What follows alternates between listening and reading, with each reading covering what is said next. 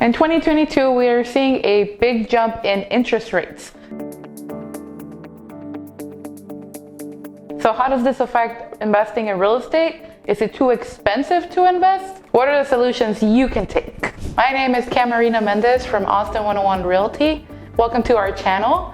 In this channel, we talk all things real estate investing in Austin and the surrounding area. Austin 101 has helped hundreds of investors build a profitable investment portfolio here in Austin and the surrounding area. We have tips to help you get the most out of your money and build the best portfolio out there.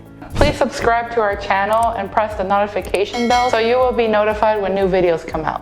So today we're going to talk about 4 main tips to help you win an offer in this crazy Austin market.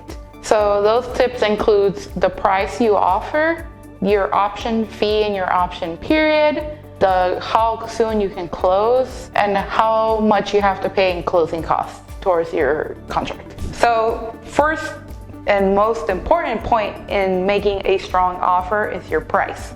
So whenever you're deciding how much you should offer, how much over you should go, there's a couple things you should consider. So first of all, obviously you have to go above the asking price, and don't be afraid to go above and beyond, because there are a lot of buyers out there right now that you're competing with, not just cash buyers, but like buyers with loans, that aren't afraid to go above and beyond and be aggressive when it comes to offering over asking. You also want to use comparables to help you kind of understand how the trend is going, not necessarily for comparing how much over asking you should go, but just kind of see, how some things over asking from a month ago, how much people offered and how much that could potentially go up next. So let's say, for example, a house is listed at $550,000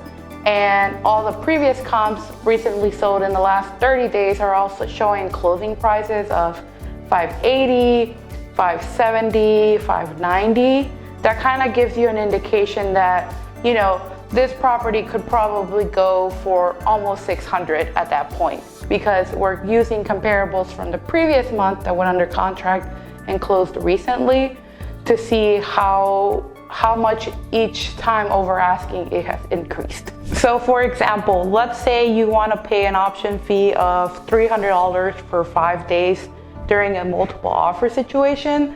The sellers might feel like this person isn't very committed. They're probably making more offers on other houses and trying to decide which one they'll go with. So that kind of puts you towards the bottom of the list when sellers are reviewing their offers. Versus, let's say you pay an option fee of $3,000 for 3 days.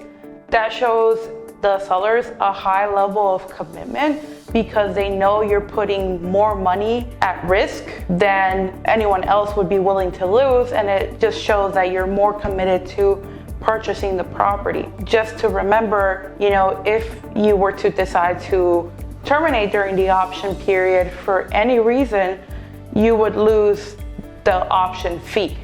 And like I said before, because it's so much money at risk, it also shows a higher level of commitment. So if you like what I'm talking about so far, consider pressing like on this video and subscribing to our channel. So next we're going to talk about your closing date. So whenever you are financing a property, typically the closing time frame is between 28 days and 35 days. So it's important to talk to your lender and see how soon they can help you close on a property to kind of give you that leverage when you're making an offer on a property.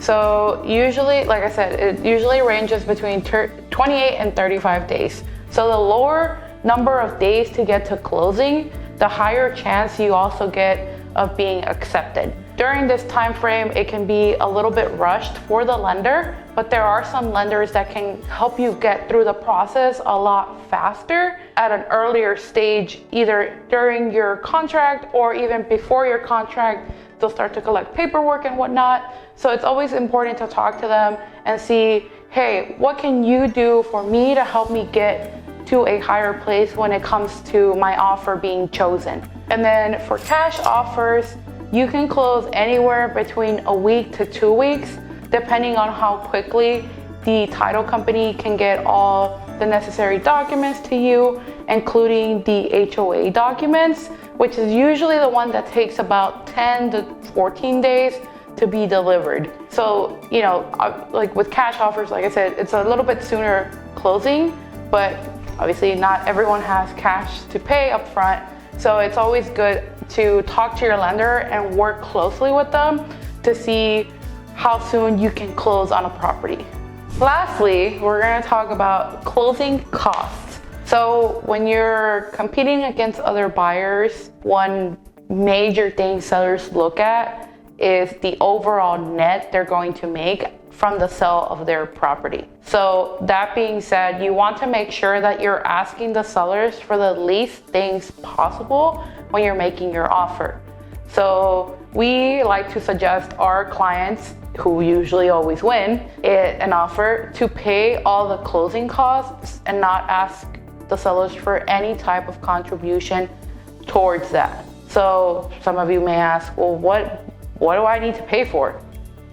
So first things, if there's an HOA associated with the property, we suggest you pay the HOA transfer fees, and this will be the account over to the new owner. All the HOA documents will be sent over to the buyer as well, and they'll receive a copy of anything and everything associated with the HOA during the contract process. And then title company fees. So usually there's a fee that the title company charges to each party for processing their transaction, and they order all kinds of documents for you and kind of coordinating everything in between. So each title company will pay their own title company fees on their end. Any lender fees associated with the transaction, if you're using a lender, you would take care of your own fees during the transaction.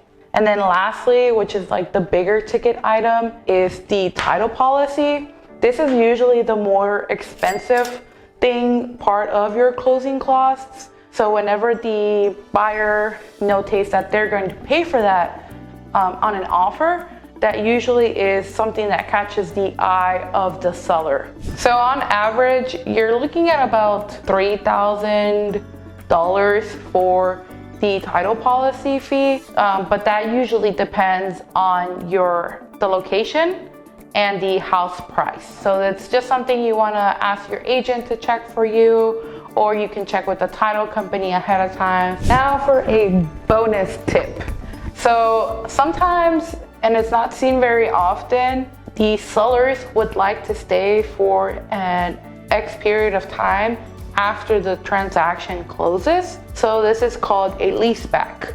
Now, usually you can charge them a rent fee per day and a security deposit and make them responsible for XYZ bills while they're still living in the home after closing. But with multiple offer situation, we sometimes like to give the sellers the option to stay for however much time they need for free.